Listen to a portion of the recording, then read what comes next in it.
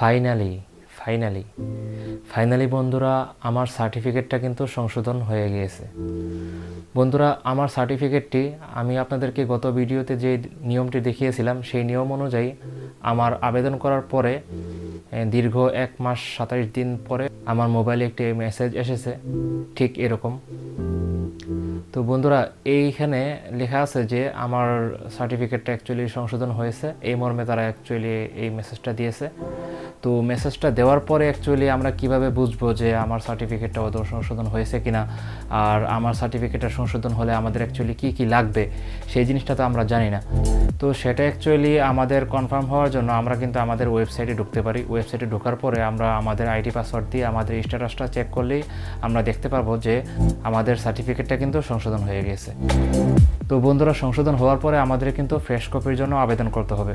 তো বন্ধুরা, ফ্রেশ কপির জন্য আবেদন করতে হলে আমাদের কি কি লাগবে এবং কি কি আনুষঙ্গিক বিষয় আছে সেগুলো সম্পর্কে আমি আজকে আপনাদেরকে এই ভিডিওতে দেখাবো।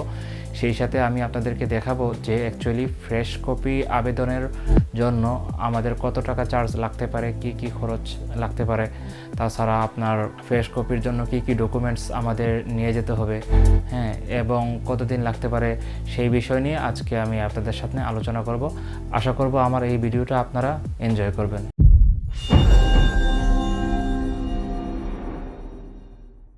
তো বন্ধুরা, আমাদের ফোনে যখন মেসেজ আসবে তখন কিন্তু আমরা কনফার্ম হতে পারবো যে আমাদের ডকুমেন্টসটি সংশোধন হয়েছে। তো এছাড়াও আরেকটি উপায় আছে জানার, সেটা হচ্ছে আমরা আমাদের মাদ্রাসা বোর্ড থেকে আমাদের মোবাইলে আসা ইউজার নেম এবং পাসওয়ার্ড সেটা দিয়ে কিন্তু আমরা লগ ইন করে আমাদের আবেদনের সর্বশেষ অবস্থা চেক করলেই কিন্তু আমরা কিন্তু দেখতে পারবো। যেমন ধরুন, আমরা মাদ্রাসা বোর্ড থেকে ই ফাইলিংয়ে গিয়ে আমরা name and age last update এখানে ক্লিক করলাম। এখানে ক্লিক করার পরে আমাকে অ্যাপ্লিকেশন আইডি দিতে বলবে, অর্থাৎ আমাদের প্রথম যে আবেদন করেছিলাম সেই আবেদনের সময় কিন্তু আমাদের ফোনে একটি পাসওয়ার্ড এবং ইউজার নেম এসেছিল। তো সেই ইউজার নেম এবং পাসওয়ার্ড দিয়ে কিন্তু আমরা এখান থেকে লগ ইন করে আমাদের আবেদনের সর্বশেষ অবস্থা জানতে পারবো। তো দেখুন, এখানে কিন্তু আমাদের আবেদনের কাজ সম্পূর্ণ হয়েছে এটা লিখে আসছে, তার মানে কি আমাদের আবেদনটি সংশোধন হয়েছে। তো আবেদনটি সংশোধন হওয়ার পরে আমাদের অ্যাকচুয়ালি কি করতে হবে, আমাদের এখান থেকে প্রিন্ট অর্ডার এখানে ক্লিক করব, অথবা আমরা এখান থেকে ক্লিক করে আমরা কিন্তু এখান থেকে আমাদের প্রিন্ট অর্ডার অর্থাৎ বোর্ড অর্ডার যেটা আছে সেটা কিন্তু আমরা এখান থেকে প্রিন্ট করে নিতে পারবো। এই বোর্ড অর্ডারটি আপনারা নিজেরা সংরক্ষণ করে রাখবেন, কারণ হচ্ছে এটি কিন্তু খুবই গুরুত্বপূর্ণ। কারণ এটি শুধুমাত্র ফ্রেশ কপি তোলার জন্য লাগবে তা কিন্তু নয়, এটি কিন্তু আপনারা যখন আপনাদের মাদ্রাসা শিক্ষা বোর্ডের সকল ডকুমেন্টস সংশোধন করার পরে আপনারা আপনাদের ইউনিভার্সিটি লেভেলেও যখন আপনারা ডকুমেন্ট সংশোধন করতে যাবেন তখন কিন্তু আপনাদের এই বোর্ড অর্ডারটি যাবে। কারণ আপনারা কিন্তু ইতিমধ্যে এসএসসি এবং এইচএসসির সার্টিফিকেট সংশোধন করেছেন, তো সেটার প্রমাণ হিসেবে কিন্তু এই বোর্ড অর্ডারটি আপনার লাগবে, তারা আপনার থেকে এই বোর্ড অর্ডারটি চাইতে পারে। তো বন্ধুরা, এইটাকে আপনারা আগে থেকেই সংরক্ষণ করে রাখবেন আপনাদের সুবিধার্থে। তো বন্ধুরা, সংরক্ষণ কিভাবে করবেন, এখান থেকে প্রিন্ট করবেন। প্রিন্ট করার সময় আপনাদের এখান থেকে প্রিন্ট না দিয়ে সেভ এস পিডিএফ, হ্যাঁ, এটা ক্লিক করবেন। সেভ এস পিডিএফ ক্লিক করার পরে আপনারা এখান থেকে সেভ দিবেন। সেভ দিয়ে কোথায় সংরক্ষণ করতে চান, আমি এখান থেকে ডেস্কটপে অথবা আপনারা ফোল্ডার চান সেই ফোল্ডারে আপনারা কিন্তু এটাকে সংরক্ষণ করে রাখতে পারেন। তো বন্ধুরা, এটা তো হচ্ছে যে আমরা কিভাবে কনফার্ম হব সেটা। এখন আমরা দেখব যে ফ্রেশ কপির জন্য অ্যাকচুয়ালি কীভাবে আবেদন করতে হয়। বন্ধুরা, ফ্রেশ কপির জন্য আবেদন করতে হলে আমাদের যথানিয়মে আবার আগের পেজে চলে আসতে হবে। আগের পেজে চলে আসার পরে আমরা এখান থেকে ডকুমেন্টস বাটনটা আছে, সেই ডকুমেন্টস বাটনে আমরা ক্লিক করব। বাটনে ক্লিক করার পরে আমাদের এখানে EIIN নাম্বার এবং পাসওয়ার্ড যাবে। তো বন্ধুরা, EIIN নাম্বার এবং পাসওয়ার্ড কিন্তু আপনাদের মাদ্রাসার অফিস কর্মকর্তা যারা আছে তাদের কাছে কিন্তু এটা থাকে, কারণ মাদ্রাসা বোর্ড থেকে প্রত্যেকটা মাদ্রাসার কিন্তু EIIN নাম্বার এবং পাসওয়ার্ডটি দিয়ে থাকে। তো পাসওয়ার্ডটি যদি আপনার জানা থাকে তাহলে আপনি নিজেই আবেদনের কাজ সম্পূর্ণ করতে পারবেন। তো সচরাচর কিন্তু এই পাসওয়ার্ড আর আইডি কিন্তু সবাইকে দেওয়া হয় না, সেই ক্ষেত্রে আমার মতে সবচেয়ে বেটার হচ্ছে আপনারা যেই মাদ্রাসায় লেখাপড়া করেছেন সেই মাদ্রাসার অফিসে যোগাযোগ করুন, তারাই আপনার আবেদন কাজটি সম্পন্ন করে দেবে। তো বন্ধুরা, সচরাচর কিন্তু এই পাসওয়ার্ডটি আর আইডিটি কিন্তু সবার হাতে দেওয়া হয় না, তো সেই ক্ষেত্রে আমার হাতেও দেওয়া হয় নাই, যার কারণে আমি আপনাকে অন্যভাবে দেখাচ্ছি আবেদনটা কীভাবে করতে হয়। আপনারা কিন্তু এভাবে আবেদন না করে আপনারা সরাসরি মাদ্রাসায় গেলে তারাই কিন্তু আপনার আবেদনটা করে দিবে।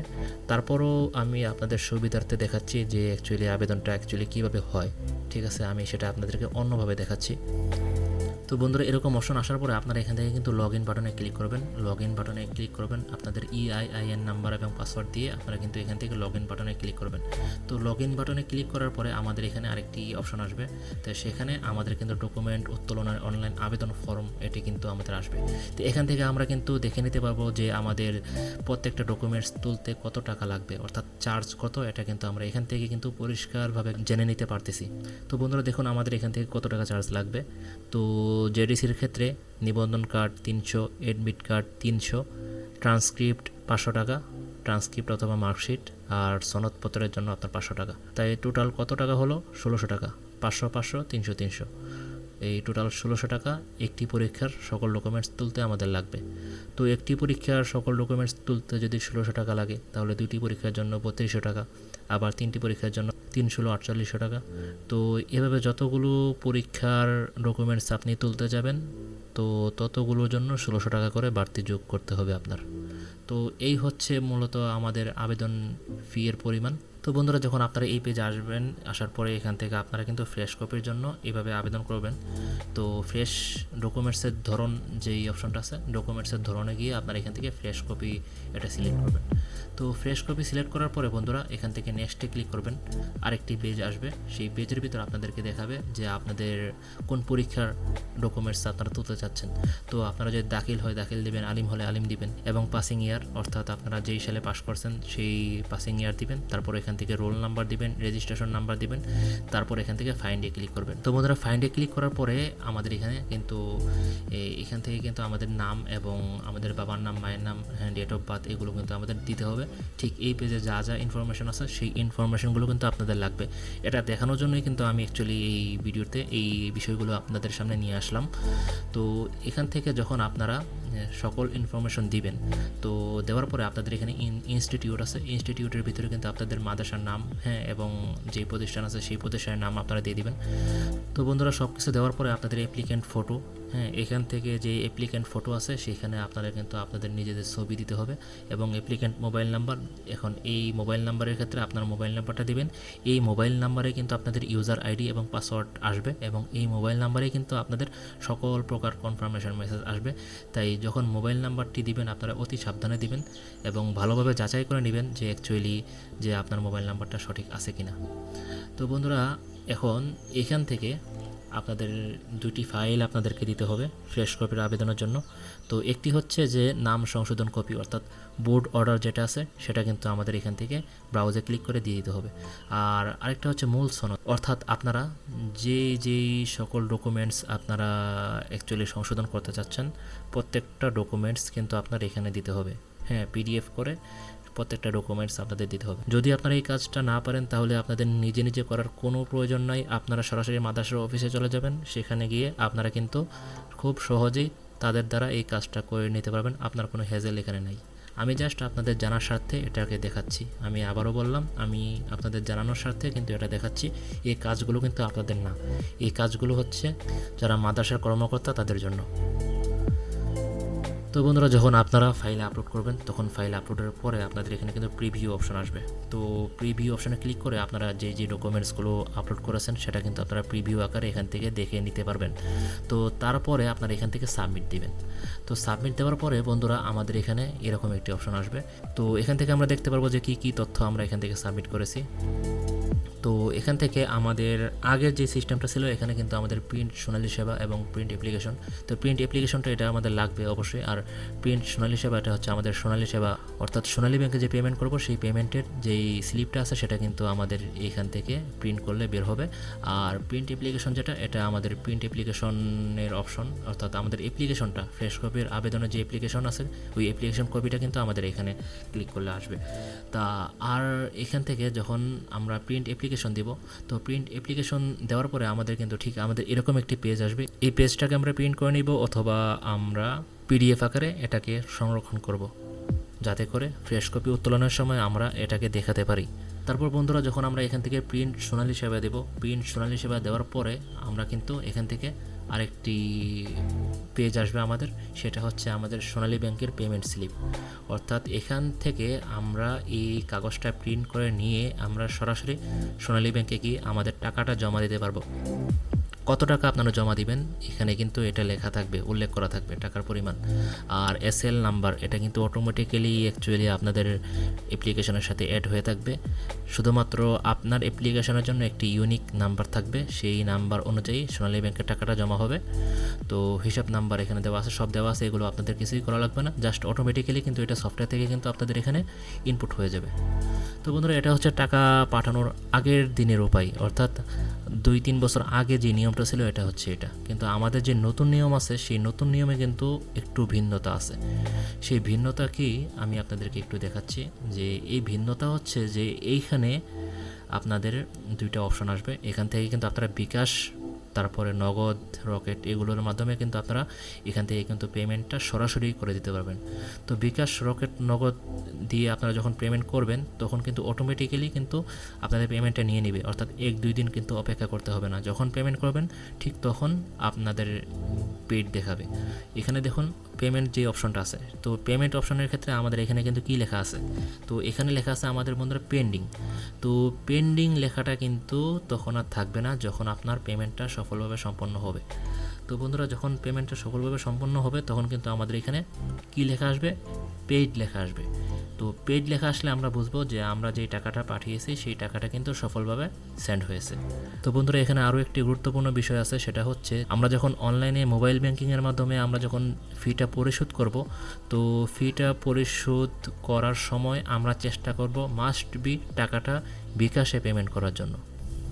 কেন বিকাশে পেমেন্ট করার জন্য বললাম, কারণ হচ্ছে বিকাশে পেমেন্ট করলে আপনাদের পেমেন্টটা কিন্তু কোনো ঝামেলা ছাড়াই সরাসরি কিন্তু তাদের বোর্ডে সেন্ড হয়। আর আমরা যখন নগদ বা অন্যান্য ভেন্ডর দ্বারা আমরা যখন টাকাটা সেন্ড করব, রকেটের ক্ষেত্রে বলতে পারতেছি না, কিন্তু অ্যাকচুয়ালি নগদের ক্ষেত্রে যেই প্রবলেমটা আমি ফেস করেছি সেটা হচ্ছে যে মাঝে মাঝে নগদে অনলাইনের পেমেন্টগুলো কিন্তু সেন্ড হয় না, ইনস্ট্যান্ট সেন্ড হয় না। অর্থাৎ আপনি যখন টাকাটা পাঠাবেন ওই টাকাটা কিন্তু নগদ আপনার থেকে কেটে নিবে, কিন্তু তারপরে দেখবেন যে এই টাকাটা এখানে যোগ হয় নাই। তো তখন আপনাদের নগদের সাপোর্ট সেন্টারে কল দিতে হবে, তারপর বলবেন ভাই আমার এই সমস্যা ওই সমস্যা, আমার টাকাটা পাঠাইছি টাকাটা কেটে নিলেন, তো আমাদের মাদ্রাসা বোর্ডে তো এটা অ্যাড হয় নাই, অনেক কিছু বিস্তারিত বলবেন, আপনাদের আইডেন্টিটি নাম্বার বলবেন, অনেক কিছু বলার পরে তারা আপনার টাকাটা কিন্তু এখানে সেন্ড করবে। তো এত হ্যাজেল করার কোনো দরকার নাই। আমি মনে করি যে এই জিনিসটা যখন আপনি বিকাশে পাঠাবেন তখন কিন্তু এই সমস্যাটা হবে না। তো এই সমস্যাটা সবার ক্ষেত্রে হয় তা না, কিন্তু মাঝে মাঝে নগদে কিন্তু এই সমস্যাটা করে, যার কারণে আমি আপনাদেরকে আগে থেকেই সতর্ক করে রাখলাম যেন আপনাদের কোনো বাধার সম্মুখীন হতে না হয় এই ক্ষেত্রে। তো বন্ধুরা এখন আবেদন শেষ হওয়ার পরে আমাদের মোবাইলে আবার প্রথম আবেদনের মতোই কিন্তু একটি ইউজার আইডি এবং পাসওয়ার্ড দিবে।